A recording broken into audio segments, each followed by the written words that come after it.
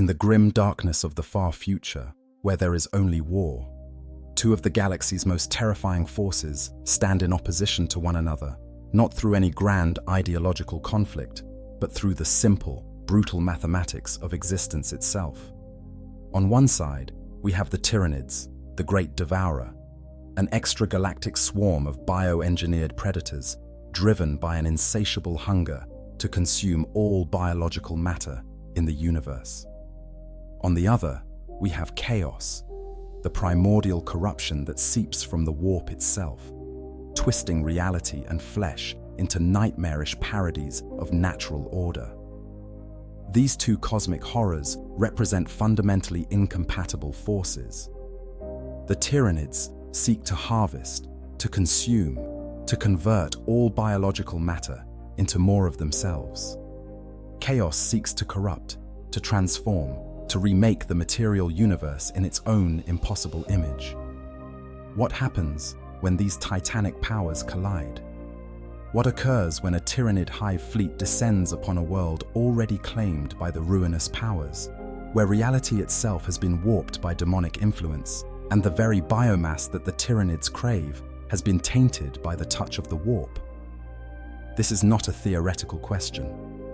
In the wake of the Great Rift's catastrophic birth, when chaos corruption spread across the galaxy like a psychic plague, the Tyranids have found themselves face to face with this exact nightmare scenario again and again. The answers we've glimpsed are as disturbing as they are fascinating, revealing truths about both forces that challenge our understanding of what they truly are. The Tyranids are efficient, ruthlessly, perfectly efficient.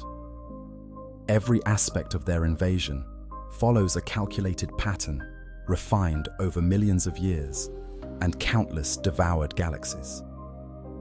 They are biological perfection incarnate, a synthesis of evolution and genetic engineering that surpasses anything the Old Ones or the Emperor could have dreamed of creating. Their hive fleets travel the void between stars as massive bioships, each one a living organism kilometers in length, capable of spawning entire armies from the genetic soup contained within their cavernous bellies. When they identify a suitable world rich in biomass, they descend with methodical precision. But chaos is antithetical to efficiency. Chaos is madness given form, emotion weaponized, reality's rules rewritten according to impossible geometries and non-Euclidean mathematics that would shatter mortal minds.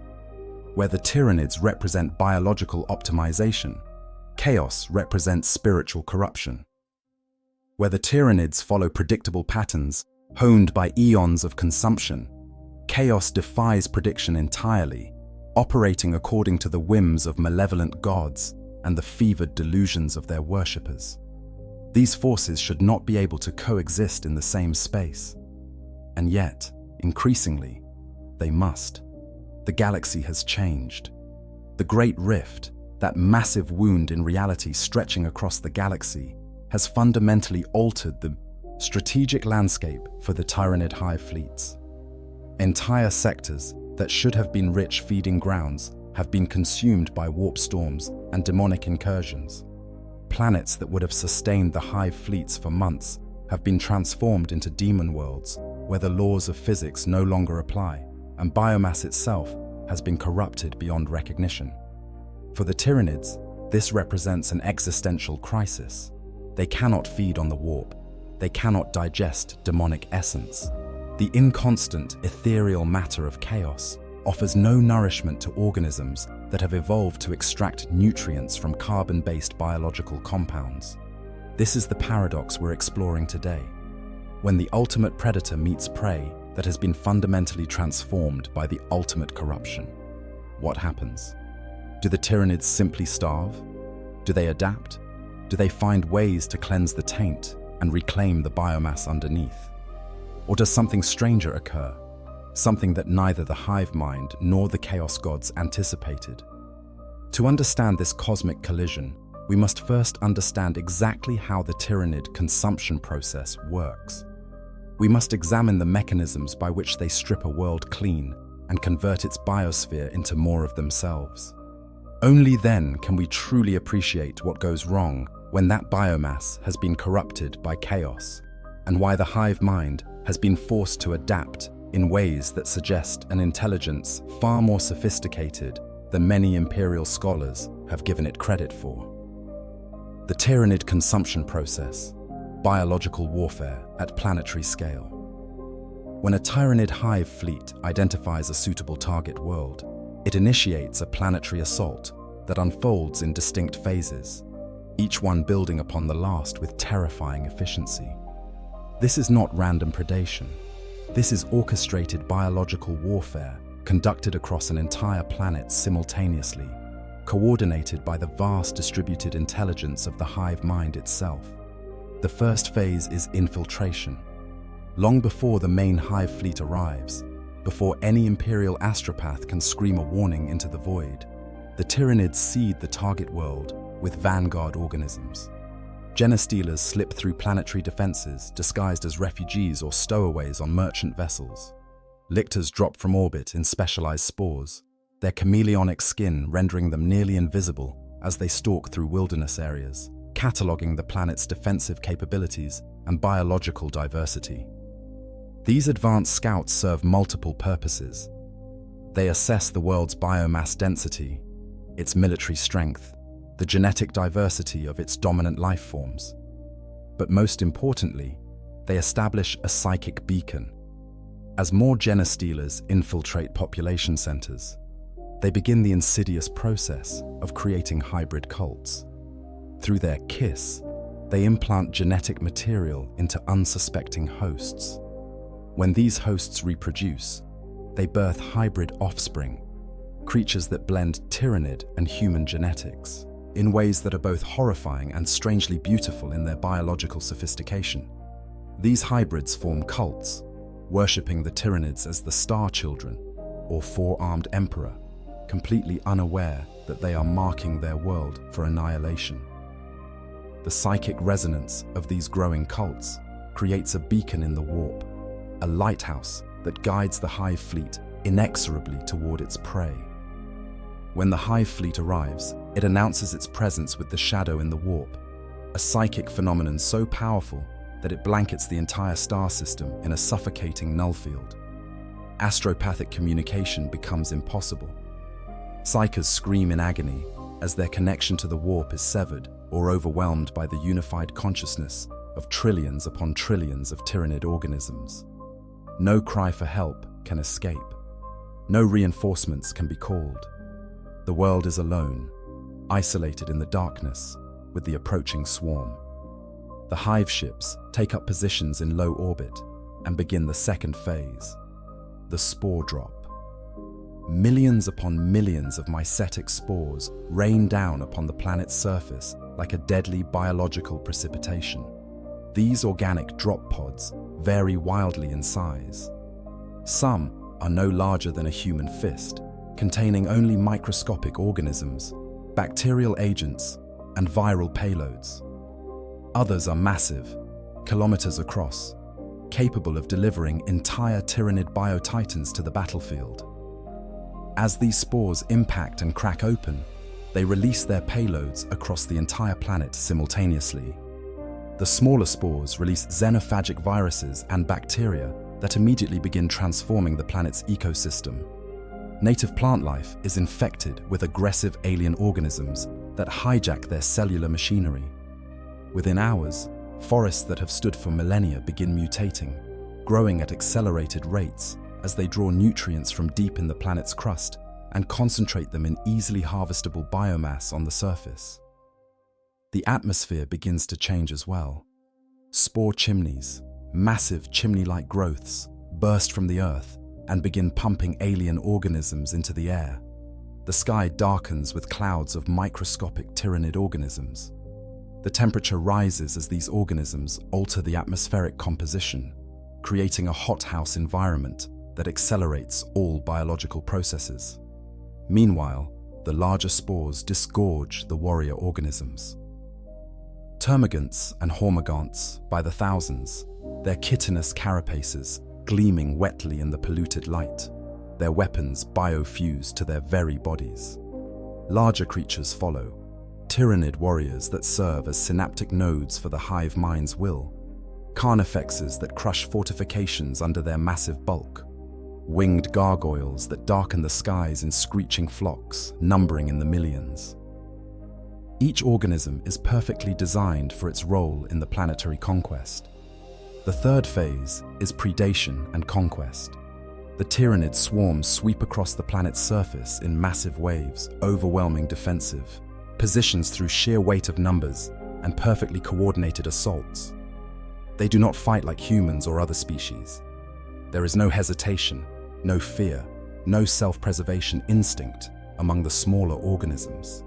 They are cells in a larger organism. An individual loss means nothing to the hive mind. A termagant will happily charge into a wall of lasgun fire if its death provides tactical information or creates an opening for the organisms behind it. The defenders, whatever species they might be, find themselves fighting an enemy that adapts in real time.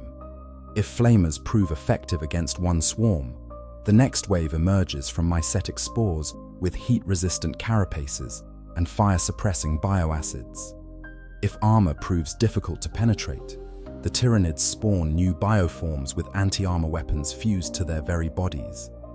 The hive mind learns from every casualty, every victory, every defeat, incorporating that knowledge into the next generation of organisms that are even now being spawned in the digestion pools aboard the orbiting hive ships.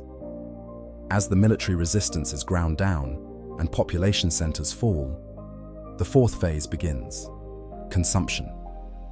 This is what the entire invasion has been building toward. Massive Ripper swarms are deployed across the planet's surface.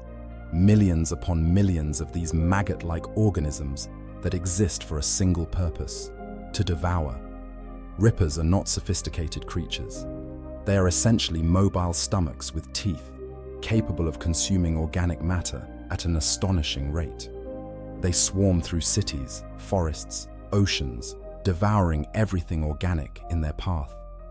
Corpses, vegetation, even other Tyranid organisms that have been killed in battle. Everything goes into the Rippers' insatiable maws. But the Rippers are just the visible component of the consumption phase. Beneath the surface, burrowing organisms tunnel through the planet's crust, consuming subterranean fungi, root systems, and underground fauna. In the oceans, eel-like Ripper variants swarm through the depths, devouring all aquatic life forms.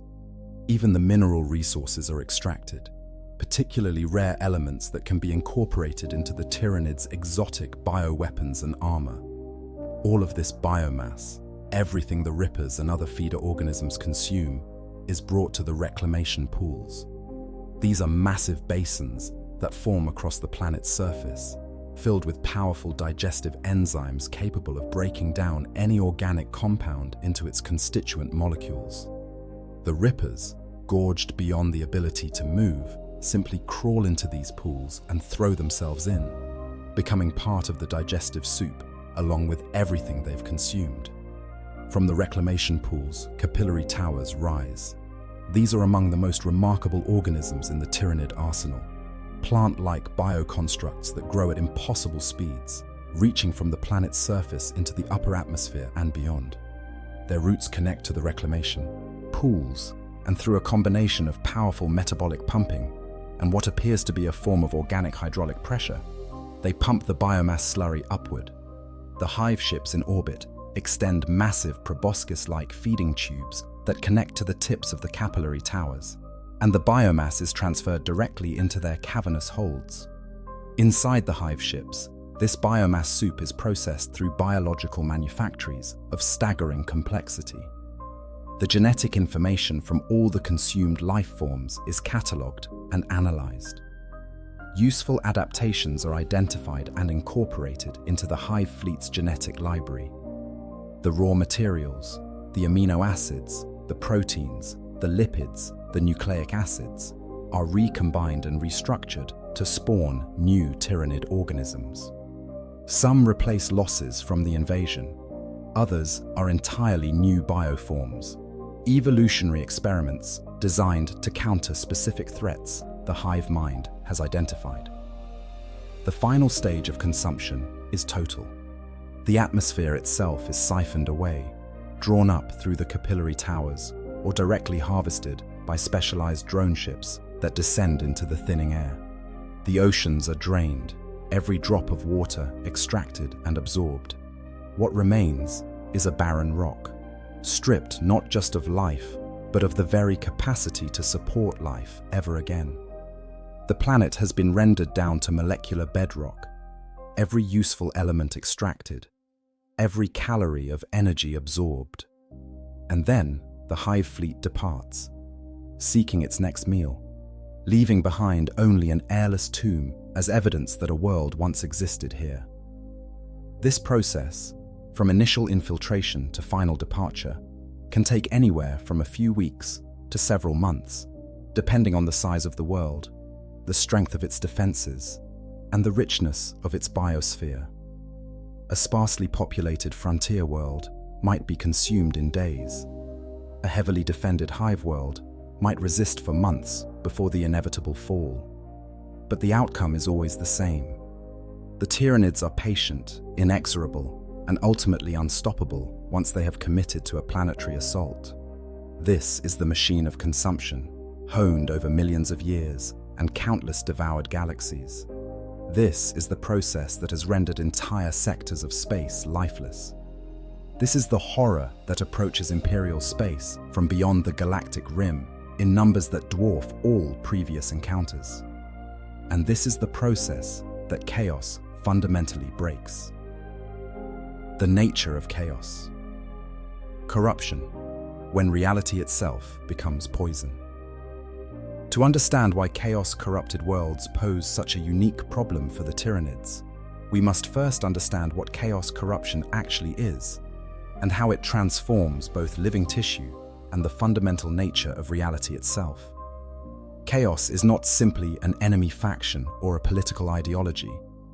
Chaos is a fundamental force of the universe, the psychic and emotional emanations of all sentient life, given form and malevolent will in the alternate dimension known as the Imperium, or the warp. The warp exists parallel to our material reality, a realm where thought and emotion become tangible, where the impossible is routine, and where the laws of physics, as we understand them, simply do not apply. It is formed from the collective unconscious of all sentient beings, their fears, their hatreds, their desires, their ambitions coalescing into vast currents and eddies of psychic energy. And from this chaotic sea have emerged conscious entities, the chaos gods themselves, Khorne the blood god, Nurgle the plague father, Tzeentch the architect of fate, and Slaanesh the prince of pleasure. Each embodies a fundamental aspect of sentient existence, and each seeks to expand their domain by corrupting the material universe itself. When chaos corrupts a world, it does so on multiple levels simultaneously. The most visible is physical corruption. Chaos worshippers and those exposed to strong warp energies develop mutations, changes to their physical form that defy all known biological laws. A person might grow additional limbs, or their existing limbs might fuse into grotesque parodies of weapons. Skin might become transparent, revealing organs that pulse with unnatural colors. Eyes might multiply across the body, or be replaced by mouths that speak prophecies in languages that have never existed. These mutations are not random genetic damage like that caused by radiation. They are spiritually significant transformations, each one a gift from the chaos gods that reflects some aspect of the afflicted individual's soul. But physical mutation is just the surface manifestation. Chaos corruption fundamentally alters the nature of matter itself at a level that goes beyond mere genetics. Organic tissue that has been sufficiently corrupted by chaos becomes something other than normal biological material. It exists simultaneously in real space and in the warp, its cells infused with demonic essence that grants it properties that should be impossible. Flesh corrupted by Nurgle doesn't simply decay, it enters a state of eternal putrefaction, simultaneously dying and living, hosting diseases that exist as much as concepts as they do as physical pathogens. Flesh marked by Slayanesh becomes hypersensitive, capable of experiencing sensations that no natural nervous system could process. The very proteins and enzymes that make up this tissue have been rewritten according to rules that owe more to symbolism and emotion than to chemistry. Then there's environmental corruption. When chaos gains a strong enough foothold on a world, reality itself begins to warp. Warp rifts, tears in the fabric of space-time, appear across the planet's surface. Through these rifts, the raw stuff of the warp bleeds into real space, transforming the landscape into something that follows the twisted logic of dreams rather than physics. Trees might grow that bleed human tears. Rivers might flow with liquid emotion rather than water. The sky itself might crack like glass, revealing the seething madness of the warp beyond. Gravity might become negotiable. Time might flow backward in certain areas or skip forward in others. On demon worlds, planets that have been completely consumed by chaos and dragged partially or wholly into the warp, this corruption reaches its ultimate expression. These worlds are shaped by the will of the demon princes who rule them and the emotions of their inhabitants. A demon world dedicated to Horn might be an endless battlefield where mountains are made of skulls and rivers run red with eternal blood. A world claimed by Nurgle might be a festering garden of impossible diseases, where even the rocks are infected with plagues that exist as spiritual concepts given physical form. Reality on these worlds is mutable, changing according to the whims of their demonic masters and the collective psyche of their corrupted populations. The spiritual component of chaos corruption cannot be overlooked either. Chaos doesn't just transform bodies and environments, it corrupts souls. Those who fall to chaos, whether through worship, exposure, or simple bad luck, find their very essence claimed by the dark gods. Their souls become tainted, marked by the touch of the warp in ways that persist even after death. For most species, death means their soul is consumed by the chaos god they served, a fate arguably worse than any physical torment. This spiritual corruption spreads like a contagion, those who have been touched by chaos unconsciously spreading its influence to others through their mere presence. Now, consider what this means for the Tyranid consumption process.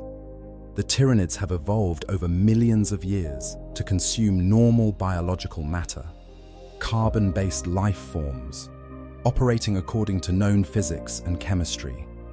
Their digestive enzymes are designed to break down proteins, lipids, carbohydrates, and nucleic acids into basic molecular components that can be reassembled into new Tyranid organisms.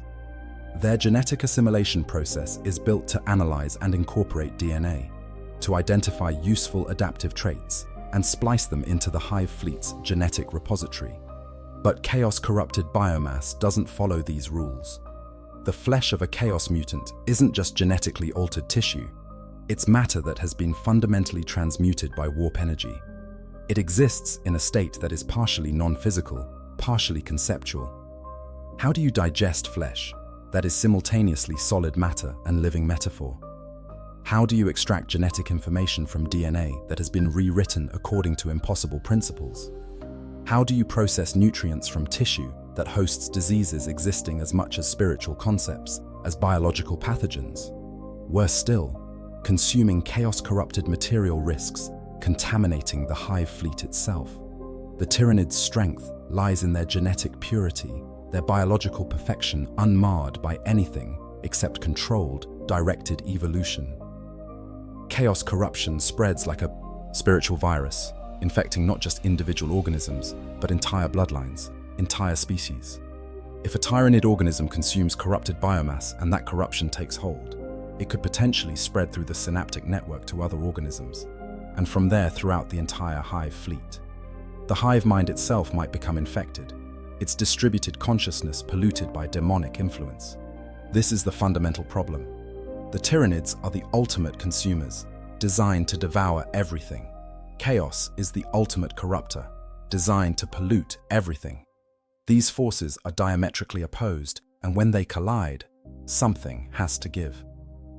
The shadow in the warp, the Tyranid defense against chaos. The Tyranids, however, are not defenseless against the corruption of chaos. In fact, they possess what may be the most effective defense against demonic influence in the entire galaxy, a defense so powerful that it makes them nearly immune to the spiritual taint that has brought down entire Space Marine legions and corrupted whole sectors of Imperial space. This defense is the shadow in the warp, and to understand why Tyranids can resist chaos while almost every other species falls to it, we must understand exactly what this phenomenon is and how it works. The shadow in the warp is described by those who have experienced it and survived as a suffocating psychic pressure, a weight on the soul so heavy that it crushes all thought, all emotion, all individuality beneath its mass.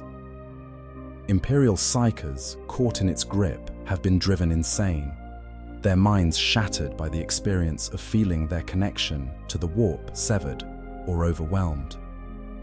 But what exactly is this shadow, and where does it come from? At its core, the shadow in the warp is the psychic manifestation of the hive mind itself. The hive mind is the collective consciousness of the entire Tyranid species, a distributed intelligence that exists across trillions upon trillions of individual organisms, from the smallest ripper to the largest hive ship. Every Tyranid creature is a neuron in this vast organic supercomputer, connected to every other Tyranid through a psychic network of staggering complexity and power. When a hive fleet arrives in a star system, it brings with it the focused psychic pressure of billions of Tyranid organisms, all thinking, all existing, all connected through a single unified consciousness. This creates a phenomenon in the warp unlike anything else in the galaxy. Most psychic activity appears in the warp as light, emotion, thought, individuality. A human psyker casting a spell appears as a bright beacon. A planet full of humans generates a glow of combined psychic presence, billions of individual souls, each contributing their own light. But the Tyranids don't appear as light in the warp. They appear as darkness, a void, a hole in the fabric of psychic space. This is because, while individual Tyranid organisms may generate some psychic presence, they have no individual consciousness to speak of. They are parts of a larger whole, and that whole, the hive mind, is so alien, so completely other, that it doesn't register to other psychic species the way a human or Eldar mind does. The result is the shadow in the warp, a zone of psychic nullspace that surrounds Tyranid hive fleets and ground forces. Within this shadow, normal psychic activity becomes incredibly difficult or impossible. Astropaths cannot send their messages. Psychers find their powers unreliable or completely suppressed. Warp-based technologies malfunction.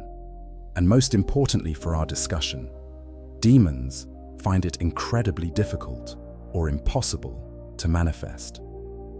Daemons are creatures of the warp, entities formed from psychic energy and given form by the emotions and worship of mortal beings. They require a strong connection to the warp to exist in real space, either through a warp rift, through possession of a mortal host, or through the psychic sustenance provided by the emotions of nearby sentient beings. But the shadow in the warp cuts these connections. Within its influence, the boundary between the warp and real space becomes not thinner, but thicker, harder to cross. Demons that do manifest find themselves weakened, unstable, their connection to their patron god strained or severed entirely. This is why the Tyranids are nearly immune to chaos corruption. Chaos spreads through psychic infection, through spiritual taint, through the corruption of souls. But Tyranid organisms don't have individual souls in the way other species do. Their consciousness is subsumed into the hive mind, and the hive mind itself is too alien, too vast, too fundamentally different from anything in the warp for chaos to properly interact with it. It's like trying to corrupt a force of nature or tempt a mathematical equation. The fundamental structures that chaos needs to latch onto simply aren't there in the Tyranid psyche. Furthermore, the Tyranids have evolved sophisticated mechanisms for dealing with corruption on the rare occasions when it does occur. If an individual Tyranid organism is corrupted by chaos, perhaps through consuming tainted biomass or being wounded by a demonic weapon, the hive mind immediately identifies the corruption through the synaptic network. The corrupted organism is then either killed by nearby Tyranids, or, if the corruption is less severe, isolated and driven away from the main swarm. In extreme cases, the organism might throw itself into a reclamation pool where its corrupted biomass is broken down and carefully filtered before being reincorporated into the hive fleet. This process is ruthlessly efficient. Unlike human or elder societies, where corruption can fester hidden for years before being discovered, or where corrupted individuals might successfully hide their taint from authorities, there is no hiding anything from the hive mind. It knows the state of every organism in the swarm. It can detect corruption the moment it takes hold, and it can respond with immediate, decisive action that prioritizes the survival of the whole over the life of any individual part. Historical records support this interpretation of Tyranid resistance to chaos. During the devastation of Baal, portions of Hive Fleet Leviathan were caught in the birth of the Great Rift and pulled through the warp to distant regions of the galaxy. Imperial observers noted with some surprise that when these scattered elements of the Hive Fleet emerged from the warp, they showed no signs of corruption despite their exposure to the raw energies of chaos. The Tyranids, that had been swallowed by the Great Rift and ejected elsewhere, simply regrouped and continued their invasion as if nothing had happened. This isn't to say that Tyranids are completely immune to chaos. There are recorded instances of individual Tyranid organisms being corrupted, usually through consuming large amounts of tainted biomass or through exposure to particularly powerful demonic entities. But these instances are rare, and they never spread beyond the affected organisms. The hive mind's defense against corruption operates at both the individual and collective level, making the Tyranids one of the few forces in the galaxy that can engage chaos on the battlefield without serious risk of their own forces being turned against them. But the shadow in the warp does more than just protect the Tyranids from corruption. It actively harms demonic entities and disrupts chaos forces. Recorded encounters between Tyranid swarms and demonic hosts describe demons flickering in and out of reality as the shadow waxes and wanes, their connection to the warp destabilized by the Tyranid presence. Chaos sorcerers find their powers unreliable or backfiring spectacularly when facing Tyranid assault. Warp rifts that would normally pour forth endless hordes of demons instead sputter and close when Tyranid forces concentrate their psychic pressure on them. This has led some Imperial scholars to speculate that the Tyranids might actually be the galaxy's best defense against chaos. An ironic thought given that the Tyranids themselves are an existential threat to all life in the galaxy. But the enemy of my enemy is not necessarily my friend, and the Tyranids will devour the Imperium just as readily as they would devour chaos-corrupted worlds. The difference is simply one of preference and practicality. Hive Fleet. Kronos, evolution's answer to chaos. The birth of the Great Rift fundamentally altered the strategic situation for the Tyranid hive fleets. Entire regions of space that should have been rich, feeding grounds were suddenly consumed by warp storms and demonic incursions. Planets that would have sustained hive fleets for months became demon worlds where the very concept of digestible biomass ceased to have meaning. For a species driven purely by hunger, this represented a crisis of unprecedented scale. The hive mind's response to this crisis demonstrates an intelligence and adaptability that many Imperial scholars have vastly underestimated. Rather than simply avoiding chaos-corrupted regions, which would mean accepting starvation as vast swathes of the galaxy became inaccessible, the hive mind did what it does best. It evolved. From Hive Fleet Leviathan, already the largest and most adaptive of the major hive fleets, a new specialized tendril split off. This splinter fleet was designated by Imperial observers as Hive Fleet Kronos, and it represents perhaps the most sophisticated response to chaos that any species has yet developed. Hive Fleet Kronos is not like other Tyranid forces. It has been specifically adapted by the hive mind to combat the forces of chaos, to fight demons and corrupted worlds in ways that other hive fleets cannot. Every aspect of Kronos, from its bioform composition to its tactical doctrine to the sheer overwhelming power of its shadow in the warp, has been optimized for anti-chaos operations. The shadow in the warp that Kronos projects is notably more powerful than that of standard hive fleets. Where a normal Tyranid swarm might disrupt psychic activity within a star system, Kronos' psychic pressure is so intense that it can actually close warp rifts if concentrated properly. During the second battle of Shadowbrink, Kronos forces deployed neural nodes consisting of maleceptors and zoanthropes, powerful psychic Tyranid organisms, at 8 strategic points across the planet's surface.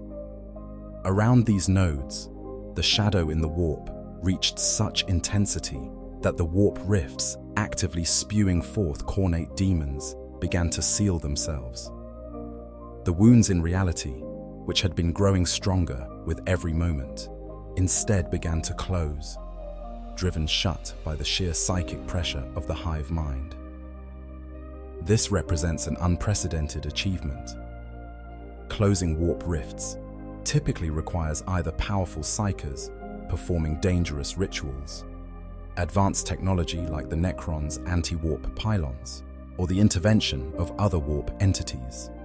For a purely biological organism to accomplish this through nothing but the focused application of psychic null pressure is astounding.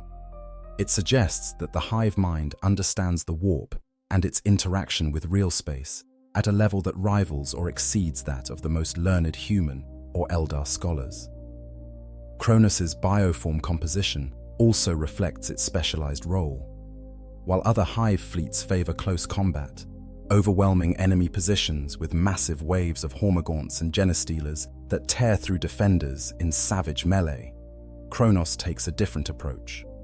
The fleet fields massive numbers of termagants, the basic Tyranid warrior organisms, but these termagants are often equipped with long-range bioweapons rather than the standard short-range flesh borers. Supporting them are huge numbers of Tyranid warriors carrying biocannons, Biovoris launching living artillery spores across vast distances, Tyrannofexes with rupture cannons that can crack open bunkers from kilometers away. This emphasis on ranged firepower is a direct adaptation to fighting chaos forces. Demons, particularly those of Khorne, excel at close combat. Bloodletters and fleshhounds are devastating in melee, and their very presence in close quarters can corrupt and terrify mortal opponents. Many demonic abilities and chaos sorceries require line of sight or proximity to work effectively. By refusing to close to melee range and instead bombarding demonic hosts from distance, Kronos denies chaos forces their greatest strengths. The tactical doctrine of Hive Fleet Kronos is equally sophisticated. Rather than the typical Tyranid approach of overwhelming assault and rapid consumption, Kronos fights more methodically. When engaging demonic forces, Kronos establishes containment zones surrounding enemy positions and then systematically annihilating them with massed artillery fire and orbital bombardment. The demons, driven by their nature to seek close combat and glory for their patron gods, repeatedly charge into the Tyranid gun lines and are mowed down before they can close the distance. Slowly, but inevitably, the demonic forces are banished back to the warp, having accomplished nothing. During the Battle of the Wolf's Head Nebula, an Imperial fleet under Admiral Grosson found itself engaged with a massive Chaos Warfleet. The battle was going poorly for the Imperials when scores of Kronos bioships suddenly entered the system. Rather than attacking the Imperial forces, which would have been easy prey, Kronos ignored them entirely and smashed straight into the Chaos formation. The Tyranid bioships swarmed over a colossal despoiler-class battleship at the center of the Chaos fleet, tearing it apart with bioweapons fire and boarding organisms. The shadow in the warp that Kronos projected was so powerful that demonic reinforcements the Chaos forces had been summoning simply failed to manifest. Chaos sorcerers aboard the warships found their powers failing at critical moments. Within hours, the Chaos fleet was shattered, and Admiral Grosson, not questioning his good fortune, ordered his battered fleet to retreat while the Tyranids were occupied. This incident reveals something important about Hive Fleet Kronos' strategic priorities. It specifically targets Chaos forces over other foes. This isn't because the hive mind has developed a sense of morality or decided to help the Imperium. It's a matter of practical necessity. Chaos-corrupted regions represent resources that are being denied to the hive fleets. Every planet consumed by demon infestation is a planet's worth of biomass that the Tyranids cannot harvest. Every sector swallowed by warp storms is thousands of worlds that the Tyranids cannot reach. By eliminating Chaos presence in a region, Kronos makes it possible for other hive fleets to move in and feed. This has led to an unusual symbiotic relationship between Kronos and other hive fleets, particularly Leviathan. Normally, when two hive fleets encounter each other, they compete for resources, sometimes even consuming one another, with the stronger fleet absorbing the biomass and genetic diversity of the weaker. But Kronos and Leviathan actively cooperate. Leviathan has begun deliberately leaving behind weakened but still living worlds for Kronos to consume. These partially harvested planets provide Kronos with just enough biomass to sustain itself between anti-Chaos operations. In exchange, Kronos clears Chaos forces from Leviathan's path, allowing the larger hive fleet to continue its advance without the losses that fighting demons would entail. This level of strategic cooperation between hive fleets is unprecedented and suggests that the hive mind is capable of much more sophisticated planning than Imperial doctrine has traditionally assumed. The hive mind isn't just a swarm intelligence mindlessly consuming everything in its path.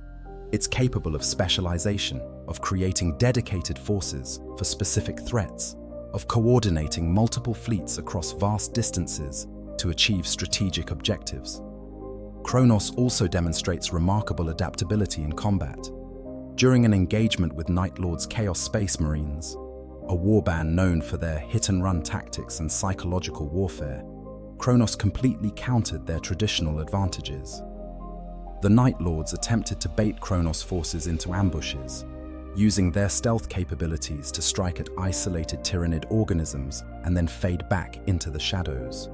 But Kronos deployed its own screening forces, scout bioforms that detected the Night Lord's approach.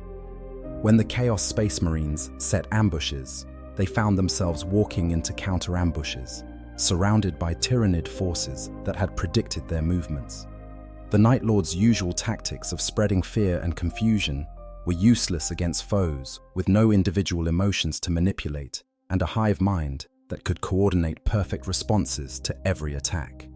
The existence and effectiveness of Hive Fleet Kronos raises troubling questions about the Tyranids' long-term strategy. If the hive mind can create specialized fleets to counter specific threats, what other adaptations might it be developing? Are there hive fleets specially evolved to combat Necrons, whose living metal bodies provide no biomass? Fleets designed to fight in void environments where planetary consumption is impossible? Fleets optimized for combating Imperial Navy forces in deep space? More immediately relevant to our discussion, Kronos' evolution tells us something crucial about how the Tyranids approach the problem of chaos-corrupted worlds. The hive mind recognizes chaos as a fundamental threat to its feeding strategy. It has responded by creating forces specifically designed to eliminate that threat. But elimination of chaos forces is only the first step. The question remains, what happens when Kronos or other Tyranid forces actually attempt to consume a world that has been corrupted by chaos? What occurs in the digestion pools when corrupted biomass is processed? This is where things become truly disturbing. The encounter. When hunger meets corruption. When a Tyranid hive fleet approaches a chaos-corrupted world, the initial stages of the invasion proceed much as they would against any other target. Vanguard organisms are deployed, usually lictors, in the case of hive fleet Kronos, since Genestealer's psychic beacon might interact unpredictably with the warp energies already saturating the world. These scouts assess the planet's defenses and biomass density, though their reports back to the hive mind take on a distinctly different character than they would for a normal world. A lictor stalking through the corrupted landscape of a demon world experiences sensory data that should be impossible. The topography shifts and changes as it watches. Trees that appeared to be kilometers away are suddenly within arm's reach. The ground might be solid stone in one moment and viscous, pulsing flesh in the next. Temperature and atmospheric composition vary wildly, not just by location, but by moment. Reality itself fluctuating according to the emotional state of the world's demonic inhabitants. The lictor's sophisticated sensory organs, designed to catalogue biological diversity and identify threats, struggle to make sense of what they're detecting. Creatures that appear to be fauna when viewed from one angle transform into ambulatory chunks of landscape when viewed from another. Plant life breathes and screams. The very air tastes of emotions that the lictor's rudimentary consciousness cannot comprehend.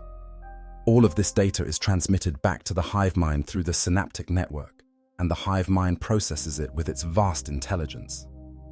What conclusion does the hive mind reach? Historical evidence suggests a complex calculation based on biomass availability, threat assessment, and resource cost. If the corruption is relatively shallow, if there remains substantial uncorrupted biomass beneath the tainted surface, the hive mind may decide the world is worth the investment. If, however, the planet has been fully transformed into a demon world, if reality itself has been too deeply compromised, the hive mind often makes the pragmatic decision to bypass the world entirely and seek easier prey elsewhere. But when the hive mind decides to proceed with the invasion, things become interesting. The spore drop occurs as normal, millions of mycetic spores raining down upon the planet's surface. But from the moment these spores crack open, the invasion takes on a different character than normal Tyranid operations. The first difference becomes apparent with the atmospheric and biological transformation that usually begins the consumption phase. The Tyranid bacteria and viruses that should hijack native plant life and begin the process of tyrannoforming the planet run into immediate problems when confronted with chaos-corrupted vegetation. Plants that have been twisted by warp energy don't respond to biological infection the way normal organisms would. Their cellular machinery has been rewritten according to rules that owe more to symbolism than chemistry. Tyranid viruses designed to splice their genetic material into plant DNA find themselves attempting to infect tissue that exists partially in the warp, where DNA as a concept becomes negotiable. Some mutations do occur, but they're unpredictable and often counterproductive. A tree infected with Tyranid organisms might begin growing at an accelerated rate as intended, but it might also start screaming or bleeding or transforming into crystallized concepts rather than harvestable biomass. The careful, controlled transformation of the planet's ecosystem that works so well on uncorrupted worlds becomes a chaotic mess of biological and spiritual influences competing for dominance. The Tyranid warrior organisms face their own challenges. Hormigants and termagants that would normally swarm across the battlefield in perfect coordination find the very ground beneath their feet unreliable. Gravity might reverse in certain areas. Time might flow backward, causing wounds to unheal and consumed biomass to reverse its digestion. Demons that are killed don't leave corpses behind for ripper swarms to consume. They simply dissolve back into the warp, taking their physical matter with them. For Hive Fleet Kronos, which has adapted to fighting chaos, these challenges are met with specialized tactics.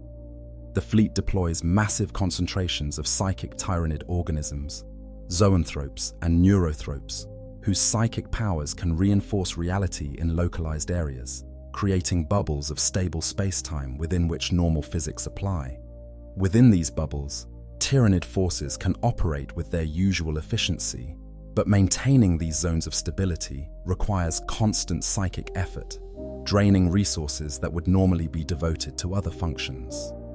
The shadow in the warp that Kronos projects helps considerably. As the Tyranid forces spread across the planet's surface, the overwhelming psychic pressure begins to suppress the warp energies that sustain the corruption. Demons find it increasingly difficult to maintain their physical forms. Warp rifts flicker and destabilize. The twisted reality of the demon world begins to normalize, forced back toward baseline physics by the sheer nullifying force of the hive mind's presence. But this process is slow and costly. Fighting demons provides no biomass to replenish Tyranid casualties. The organisms killed in battle represent a net loss rather than being recycled as they would be in a normal invasion. And the longer the invasion drags on, the more resources the hive fleet must expend without gaining anything in return. This is where the strategic calculation becomes critical. The hive mind must determine: is there enough uncorrupted or corruptible biomass on this world to justify the cost of the invasion? Can the shadow in the warp suppress the chaos corruption sufficiently to make the planet's resources harvestable? Or is this world too far gone, too deeply tainted, such that attempting to feed here would result in a net loss for the hive fleet? Different worlds yield different answers. A planet recently corrupted, where chaos has not yet fully taken hold, might be successfully cleansed and consumed. The Tyranids would take losses fighting the demonic defenders, but once those defenders are banished, the underlying biomass could be harvested normally. But a world that has been a demon world for centuries or millennia, where reality itself has been fundamentally rewritten, represents a different proposition entirely. Such worlds might be declared non-viable by the hive mind, bypassed in favor of easier prey. There is evidence that this assessment sometimes changes mid-invasion. During the Second Battle of Shadowbrink, Kronos arrived at a world that was actively erupting with chaos energy as the Great Rift's influence spread. Rather than attempting to consume the planet, Kronos appeared focused solely on eliminating the demonic presence. The Tyranid forces deployed concentrated psychic nodes, intensified their shadow in the warp, to the point where warp rifts began closing, and systematically banished the Cornate legions back to the Imperium. But once this was accomplished, Kronos withdrew rather than beginning the consumption phase. This suggests that for heavily corrupted worlds, the hive mind's goal may not be consumption at all, but rather clearance. By eliminating the chaos presence and closing the warp rifts, Kronos renders the planet temporarily unusable to chaos. Given time, the warp energies will dissipate, reality will stabilize, and life will eventually return to the cleansed world. At that point, decades or centuries later, another hive fleet can return and harvest the planet's renewed biosphere. It's a long-term investment, tying up resources now for potential payoff in the future. This interpretation of Tyranid strategy, if accurate, implies a level of patience and long-term planning that many scholars find disturbing. The Tyranids are not mindless locusts consuming everything in their path. They're intelligent enough to recognize when immediate consumption is counterproductive, and patient enough to seed future feeding grounds through careful management of the galaxy's resources. The biological nightmare, processing corrupted matter. Despite the hive mind's calculations and strategies, there are times when Tyranid organisms inevitably consume chaos-corrupted biomass, whether through battlefield necessity, miscalculation of corruption levels, or simple proximity to tainted matter during combat. Corrupted tissue enters the Tyranid digestion process. What happens next reveals both the incredible resilience of Tyranid biology and its limits when confronted with the fundamental wrongness of chaos. At the individual organism level, consumption of corrupted biomass often triggers immediate defensive responses. A termagant that consumes the flesh of a chaos cultist might experience cellular rejection at a massive scale. The corrupted proteins and lipids that make up the cultist's mutated tissue don't break down properly in the termagant's digestive system. Instead of being converted into energy and useful molecular building blocks, they resist digestion, remaining as foreign objects within the Tyranid's body. The hive mind, through the synaptic network, immediately identifies the problem. The afflicted organism is flagged as potentially corrupted. If the contamination is minor, the organism might be able to purge the corrupted matter through specialized elimination systems.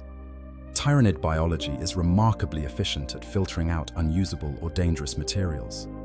But if the corruption has spread too far, if the consumed matter has begun interacting with the Tyranid's own cells in unpredictable ways, the hive mind makes a ruthless calculation. The corrupted organism is killed by other nearby Tyranids, typically warriors or other synapse creatures that can override its self-preservation instincts if necessary.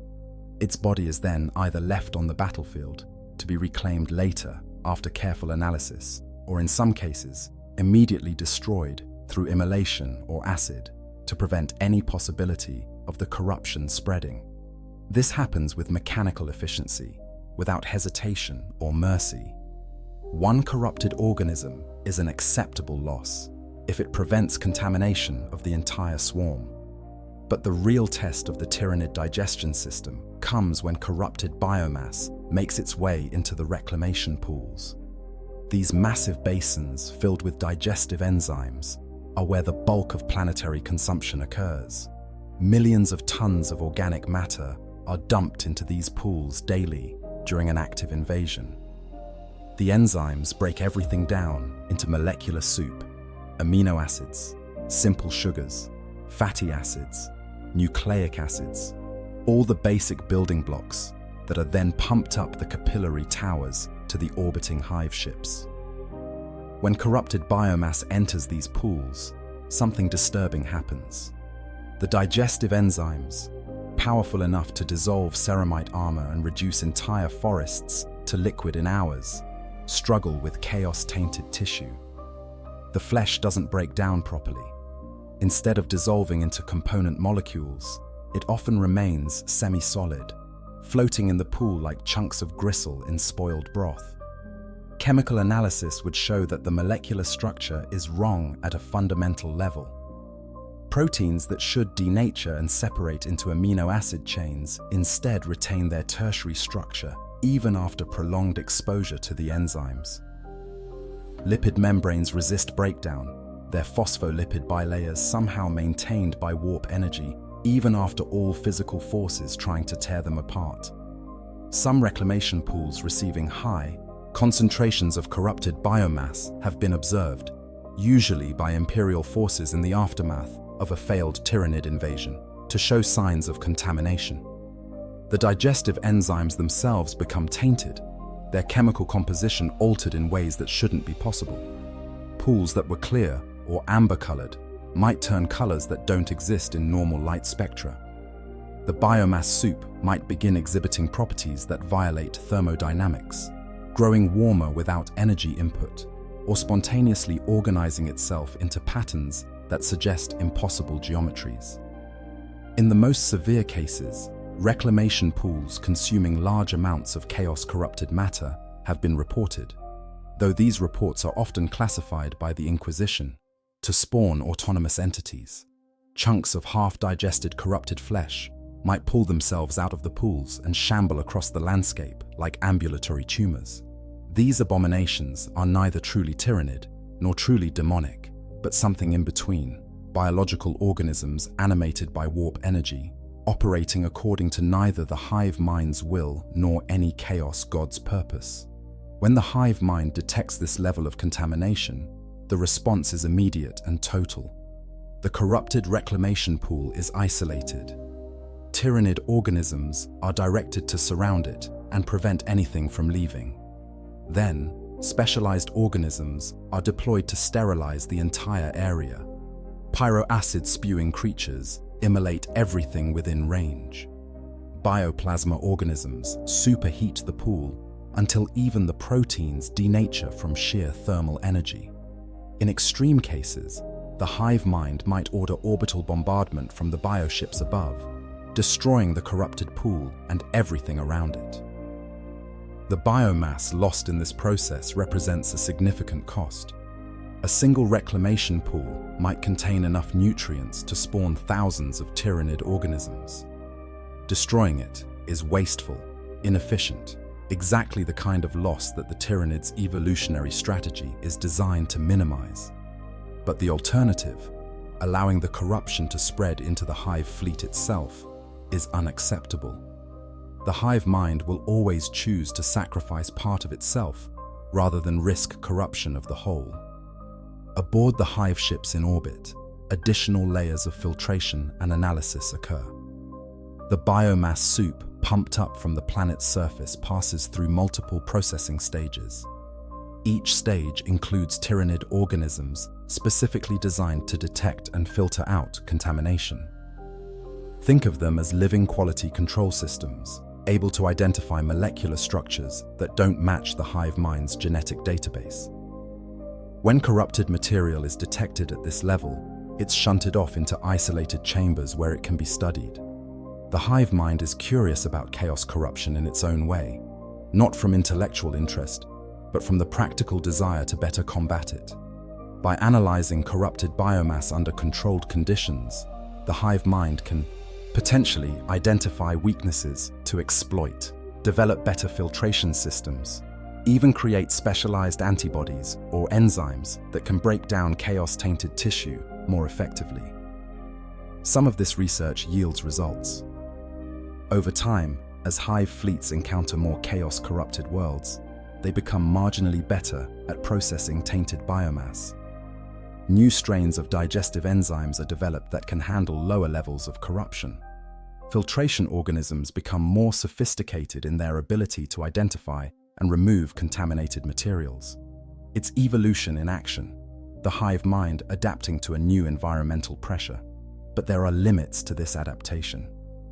Fundamental chaos corruption, the deep taint that exists on demon worlds where reality itself has been rewritten, may simply be beyond the Tyranid's ability to process.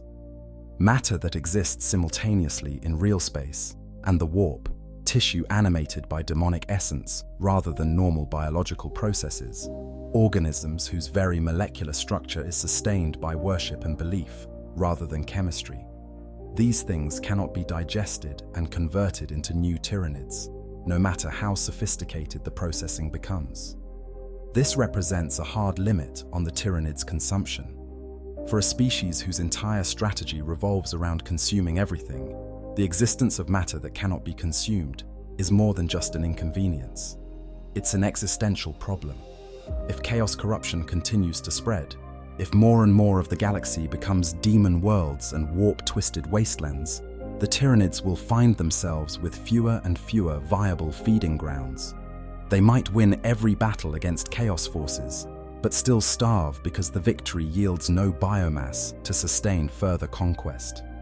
This grim arithmetic may explain the hive mind's willingness to create specialized anti-chaos forces like Kronos. It's not altruism or some grand strategy to save the galaxy. It's simple survival. The spread of chaos threatens the Tyranid's food supply, and anything that threatens the food supply must be eliminated or contained. In this sense, the Tyranids and the forces fighting against chaos have aligned interests, even if they remain enemies in every other regard. The strategic implications for the galaxy. The interaction between Tyranids and chaos-corrupted worlds has strategic implications that extend far beyond the immediate tactical considerations of any individual battle. To understand the true significance of this dynamic, we must zoom out and look at the galaxy-scale consequences of two of its most powerful destructive forces being fundamentally opposed to one another. First, consider the perspective of the Imperium of man. For 10,000 years, the Imperium has fought a desperate holding action against chaos, throwing countless billions of lives into the meat grinder to prevent demonic incursions from consuming humanity entirely. Every world lost to chaos corruption is a world that can never be reclaimed, at least not without resources the Imperium cannot spare and methods it cannot employ. Demon worlds are written off as permanent losses, quarantined by the Inquisition, and avoided by all Imperial forces. But the Tyranids don't accept permanent losses. A world consumed by chaos is, to the hive mind, simply a world requiring specialized processing. If Hive Fleet Kronos can eliminate the daemonic presence and suppress the warp energies long enough for reality to stabilize, that world becomes potentially harvestable again. Perhaps not immediately, but eventually. This means that demon worlds, long considered beyond redemption by the Imperium, might actually be temporary rather than permanent chaos holdings. This creates a strange strategic situation where the Tyranids are inadvertently serving Imperial interests. Every demon world that Kronos cleanses is a world that chaos can no longer use as a staging ground for further corruption. Every warp rift that Kronos closes through application of the shadow in the warp is one less avenue for demonic invasion. The Tyranids aren't doing this to help the Imperium, of course. They're doing it because chaos-corrupted space represents inaccessible resources that they need to reclaim. But the end result is the same. Chaos loses territory, and the Imperium gains breathing room. Some radical inquisitors have proposed leveraging this dynamic. If Tyranid hive fleets can be somehow guided or baited toward chaos-held worlds, they could serve as an unwitting cleanup crew, eliminating demonic presence that the Imperium lacks the resources to combat directly. Once the Tyranids have done the hard work of banishing the demons and stabilizing reality, Imperial forces could potentially intervene, driving off the weakened hive fleet before the consumption phase completes and reclaiming the world for the Imperium. This strategy is, of course, wildly dangerous and has been implemented only in the most desperate circumstances. Tyranids are not a weapon that can be aimed and controlled. They're a force of nature, and inviting them into Imperial space, even to fight chaos, risks the Tyranids simply consuming Imperial worlds instead. The cure might be worse than the disease. But the fact that such strategies are even being discussed at the highest levels of the Inquisition speaks to how dramatically the Great Rift has altered the strategic calculus. Before the Rift, chaos corruption was spreading but containable. Now, with the galaxy literally split in two and chaos pouring through in unprecedented quantities, the Imperium is forced to consider options that would have been unthinkable heresy in previous eras. From the Chaos God's perspective, the Tyranids represent an existential threat of a different sort than the Imperium. The Imperium can be corrupted, its citizens turned to worship of the Dark Gods, its space marines twisted into chaos champions. But the Tyranids cannot be corrupted, not in any meaningful, sustainable way.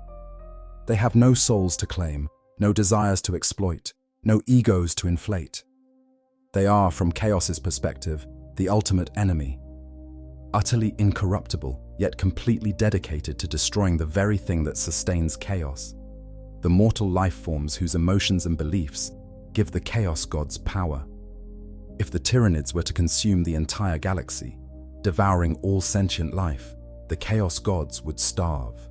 Without mortal emotions to sustain them, without worship to give them purpose, they would fade back into the formless energy of the warp. In this sense, the Tyranids are arguably the greater threat to chaos than even the Imperium, because while the Imperium fights to preserve humanity and human civilization, the Tyranids fight to eliminate all life entirely. There is no compromise possible between chaos and the Tyranids, no negotiation, no possibility of one coexisting with the other. This has led some chaos followers to make the logical leap that they should ally with the Imperium and other forces to combat the Tyranid threat. The enemy of my enemy logic. If the Tyranids succeed in consuming the galaxy, chaos dies along with everything else. Therefore, chaos should support efforts to stop the Tyranids, even if that means temporarily aiding the Imperium. But chaos is not rational. The Chaos Gods are formed from emotion and driven by their nature. Horn cares only for blood and skulls, and whether those skulls come from humans killed by demons or demons banished by Tyranids is irrelevant to the blood god. Nurgle delights in decay and entropy, and the image of hive fleets consuming themselves from within due to plague infection is beautiful to the plague father. Tzeentch sees the struggle between Tyranids and all other forces as just another game, another set of variables to manipulate for its own inscrutable purposes. Slaanesh feeds on the sensations of consumption itself, and the Tyranids' endless hunger is a form of excess that the Prince of Pleasure can appreciate. So while individual Chaos worshippers might recognize the Tyranid threat and attempt to organize resistance, the Chaos gods themselves are unlikely to make any coordinated effort to stop the hive fleets. This fragmentation, this inability to prioritize long-term survival over immediate gratification of their nature, may be Chaos's fatal weakness when confronted with the Tyranid swarm.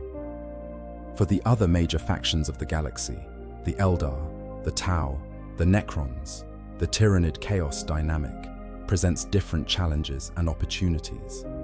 The Eldar, already on the brink of extinction due to Slaanesh's birth, view both Chaos and the Tyranids as existential threats.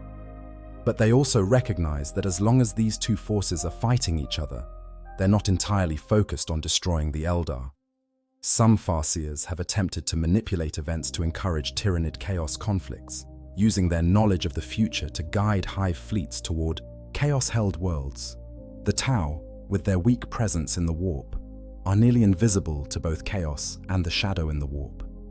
This has allowed them some degree of safety from both threats, though they remain woefully unprepared for the scale of either. The Tau's response to the Tyranid Chaos dynamic has been largely observational, studying both forces to better understand how to combat them should they threaten Tau space.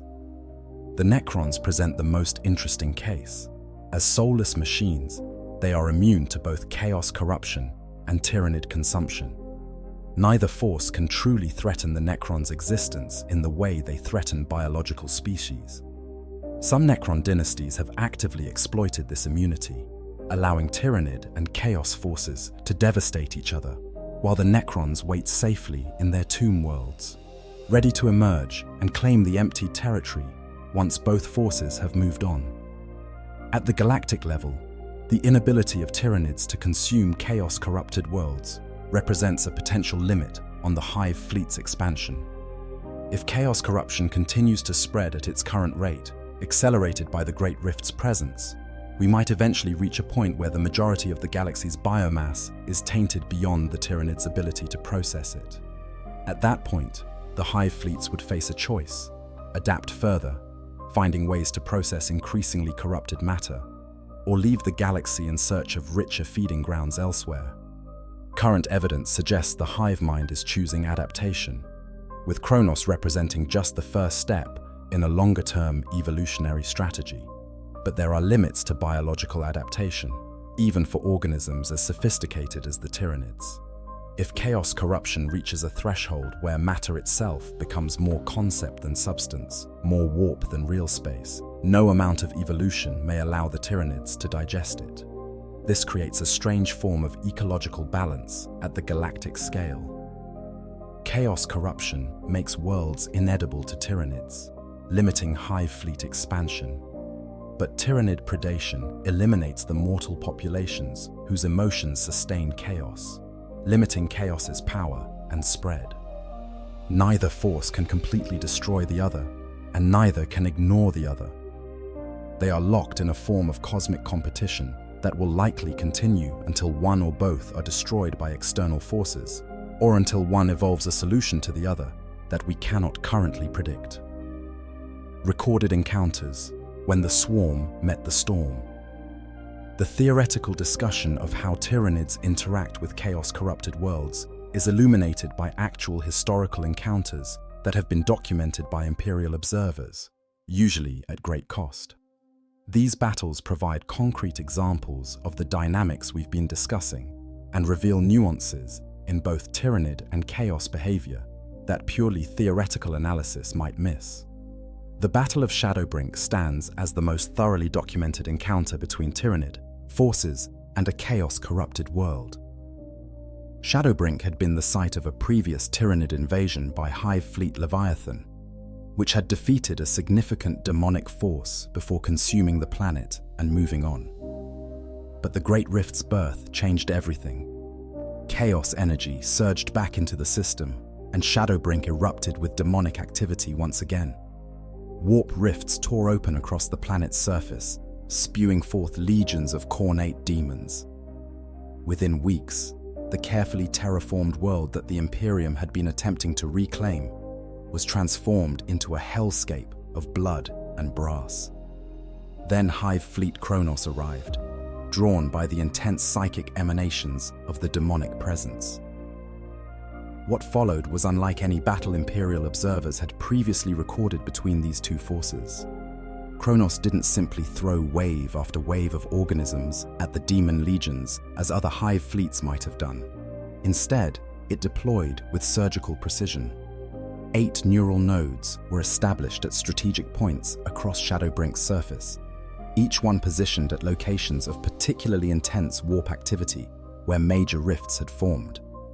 Each neural node consisted of multiple maleceptors and zoanthropes, powerful psychic Tyranid bioforms whose combined mental power created zones of intense shadow in the warp. Around these nodes, reality began to stabilize. The warp rifts, which had been growing stronger and wider with each passing hour, instead began to contract.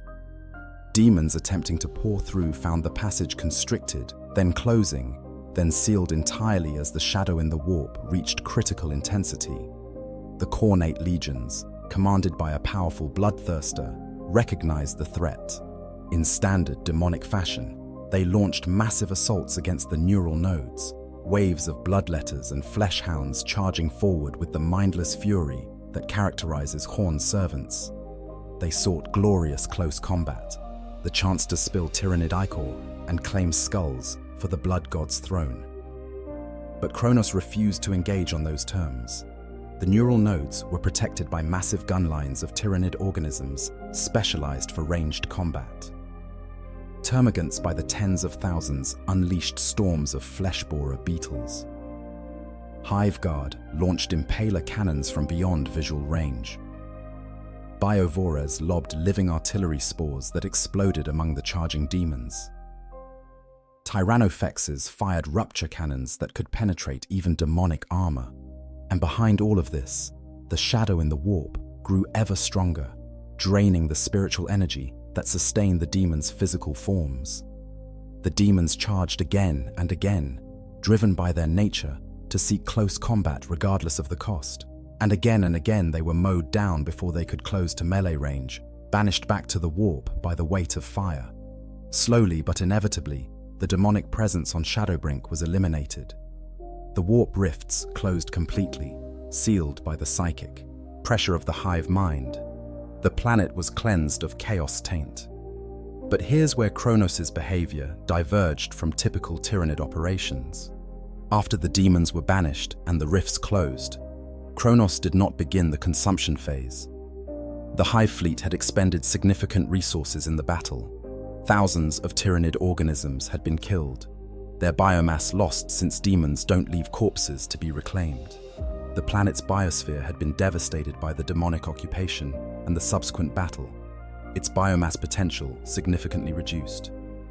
By normal Tyranid cost-benefit analysis, Shadowbrink should have been consumed to recover at least some of the investment.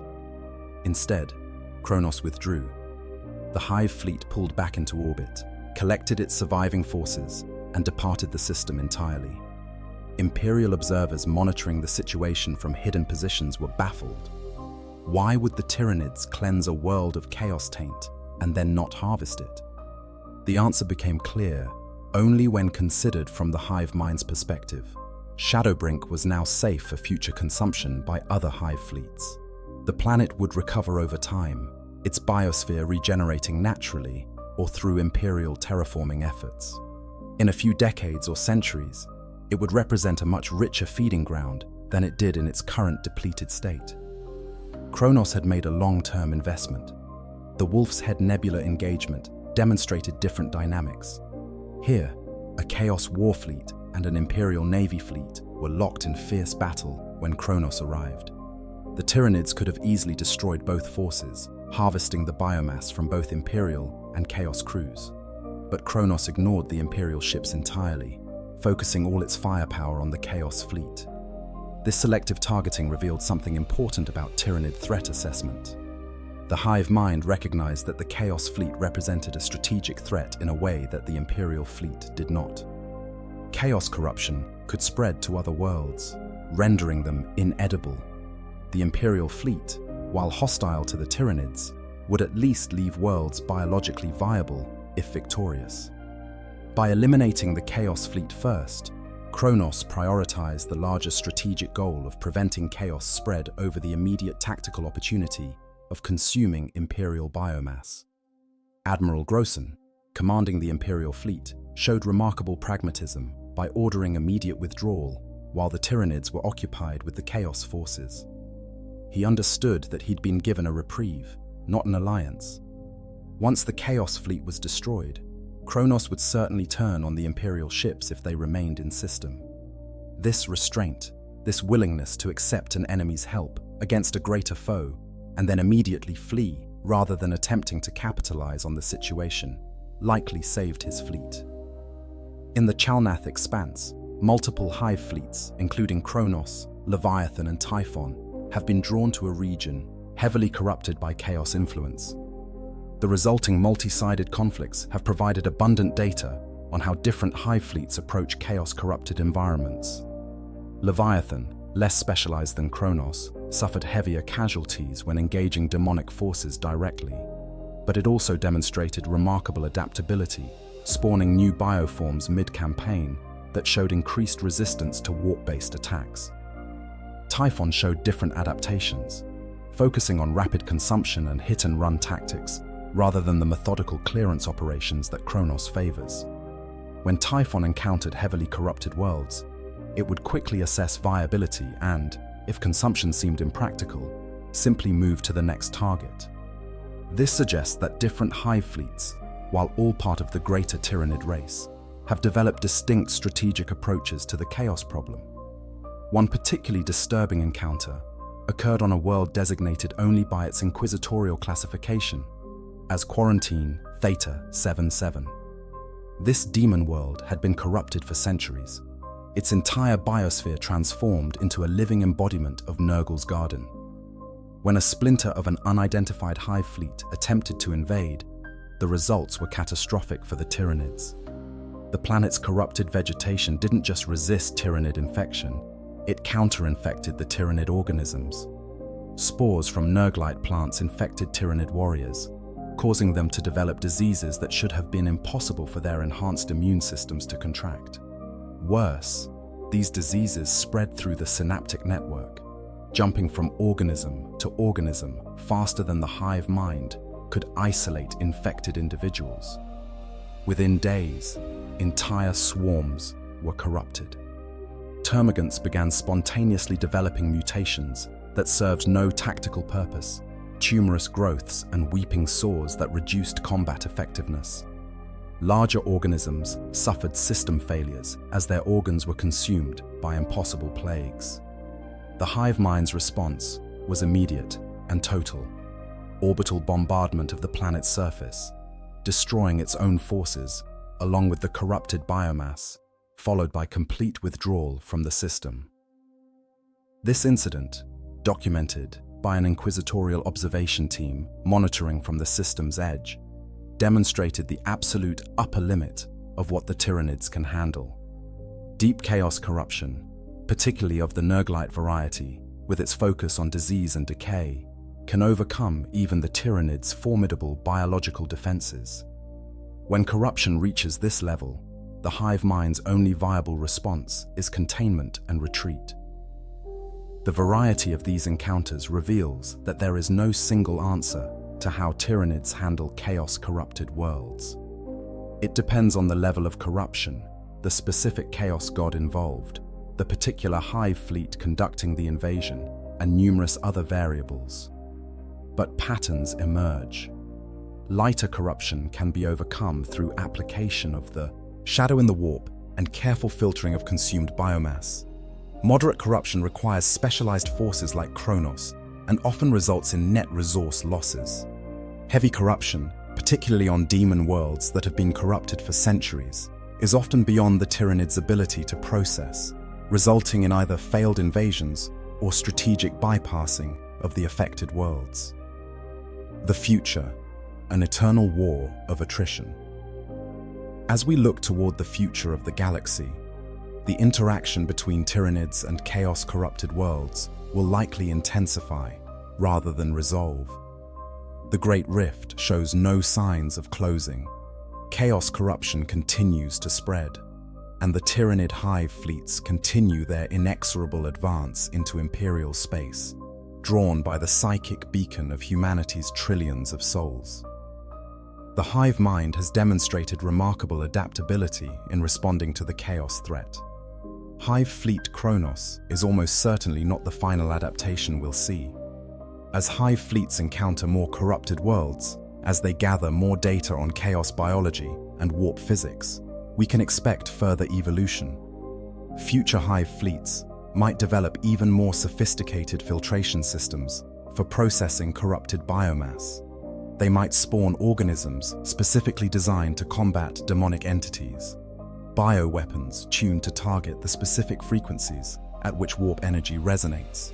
They might develop ways to harvest not biological energy, but psychic energy directly, feeding on the warp itself in ways that current Tyranid biology cannot. But Chaos too will adapt. The Chaos gods are not static entities. They grow and change based on the emotions and beliefs that sustain them. As the Tyranids become a more significant threat to Chaos's spread, the Dark Gods will take notice. We might see new strains of Chaos corruption specifically designed to resist the shadow in the warp. Demons that can maintain their physical forms even under the psychic pressure of the hive mind. Mutations that specifically target Tyranid biology, creating corrupted biomass that acts as a Trojan horse, appearing digestible but spreading corruption from within once consumed. The strategic implications of this evolutionary arms race are staggering. On one side, we have the ultimate predator, refined by millions of years of evolution and the consumption of countless galaxies. On the other, we have the primordial chaos, the fundamental emotional and psychic forces that underlie reality itself. Both are in some sense inevitable. Both are, within their domains, unstoppable. And both are completely incompatible with the other's continued existence. For the other inhabitants of the galaxy, particularly humanity, this creates a grim strategic situation. The Imperium is caught between two existential threats that are also fighting each other. Every battle between Tyranids and Chaos is a battle that isn't being directed at Imperial worlds. But both sides will happily turn on humanity the moment they've finished with each other. The dream of some strategists that the Tyranids and Chaos might mutually annihilate is almost certainly fantasy. Both are too vast, too resilient, too fundamentally embedded in the structure of the galaxy to be completely destroyed. What seems more likely is a long-term situation where the galaxy is divided into roughly 3 zones. Chaos-corrupted space, where the warp bleeds into reality, and demon worlds proliferate. Tyranid-consumed space, where entire sectors have been stripped of biomass and left as dead voids, and a constantly shrinking middle ground, where the other species of the galaxy struggle to survive against threats from both sides.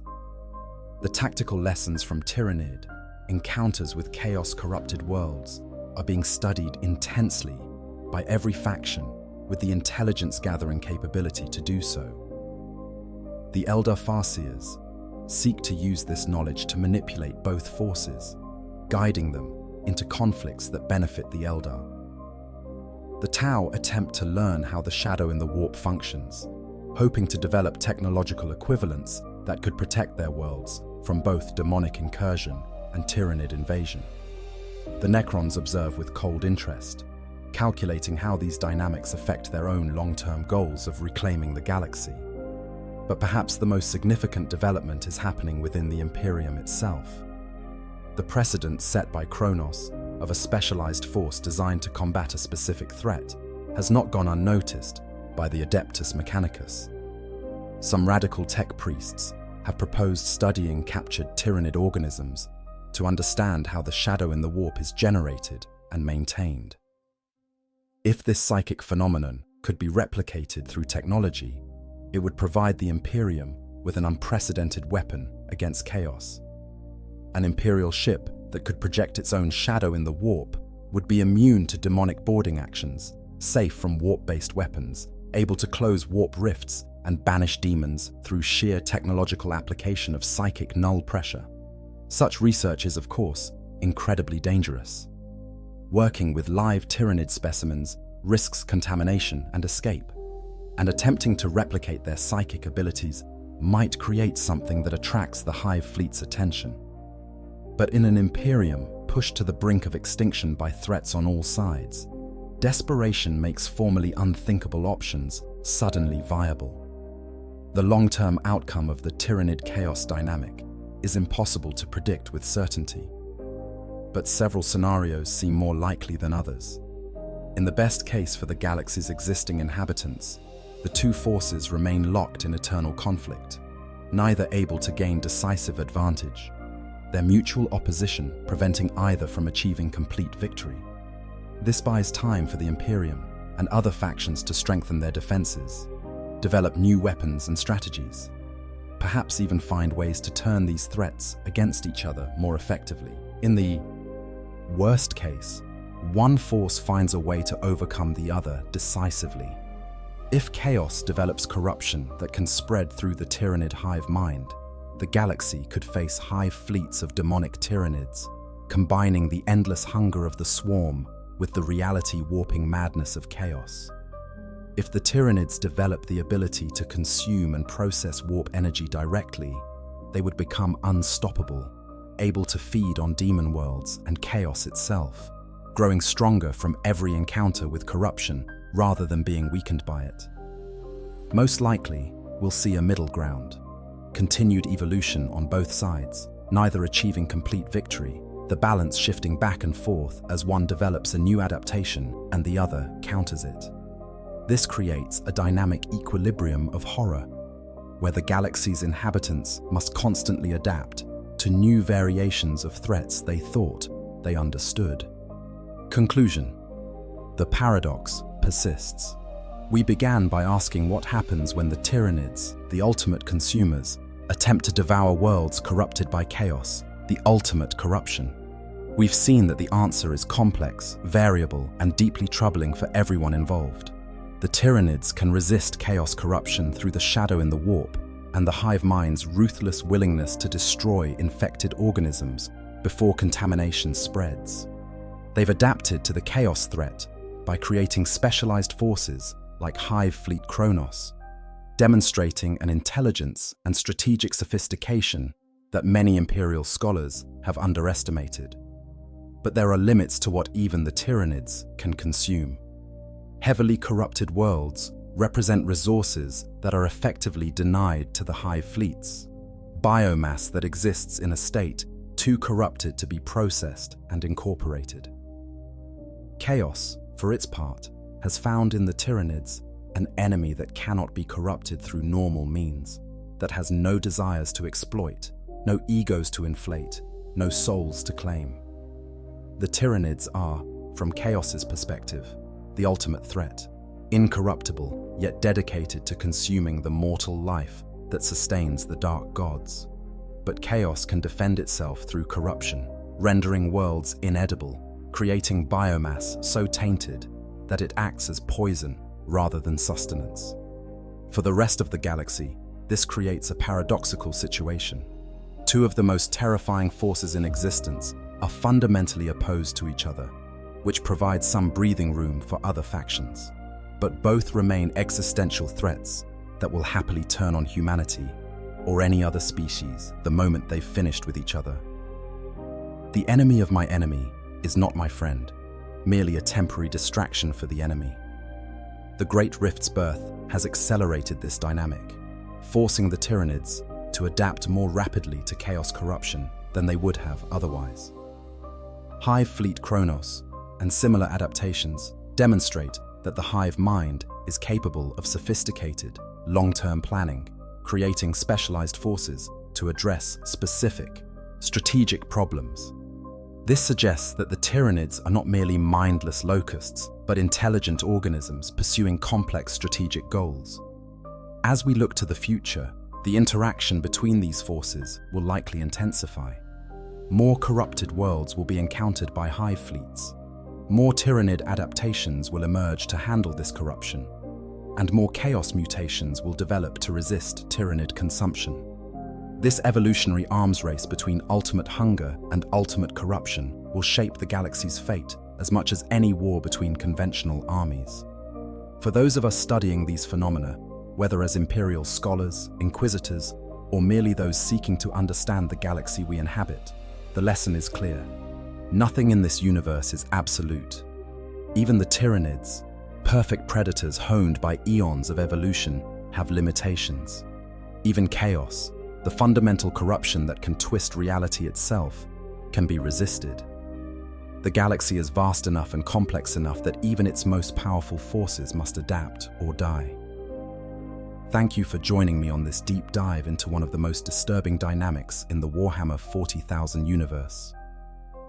The collision between Tyranid hunger and chaos corruption reveals truths about both forces that we might prefer not to know, but cannot afford to ignore. In the grim darkness of the far future, even the monsters have monsters to fear. If you found this exploration into the dark corners of the 40k universe valuable, please consider leaving a like and subscribing to the channel. There's so much more darkness to illuminate, so many more horrors to examine. Until next time, stay vigilant and remember, in the grim darkness of the far future, there is only war.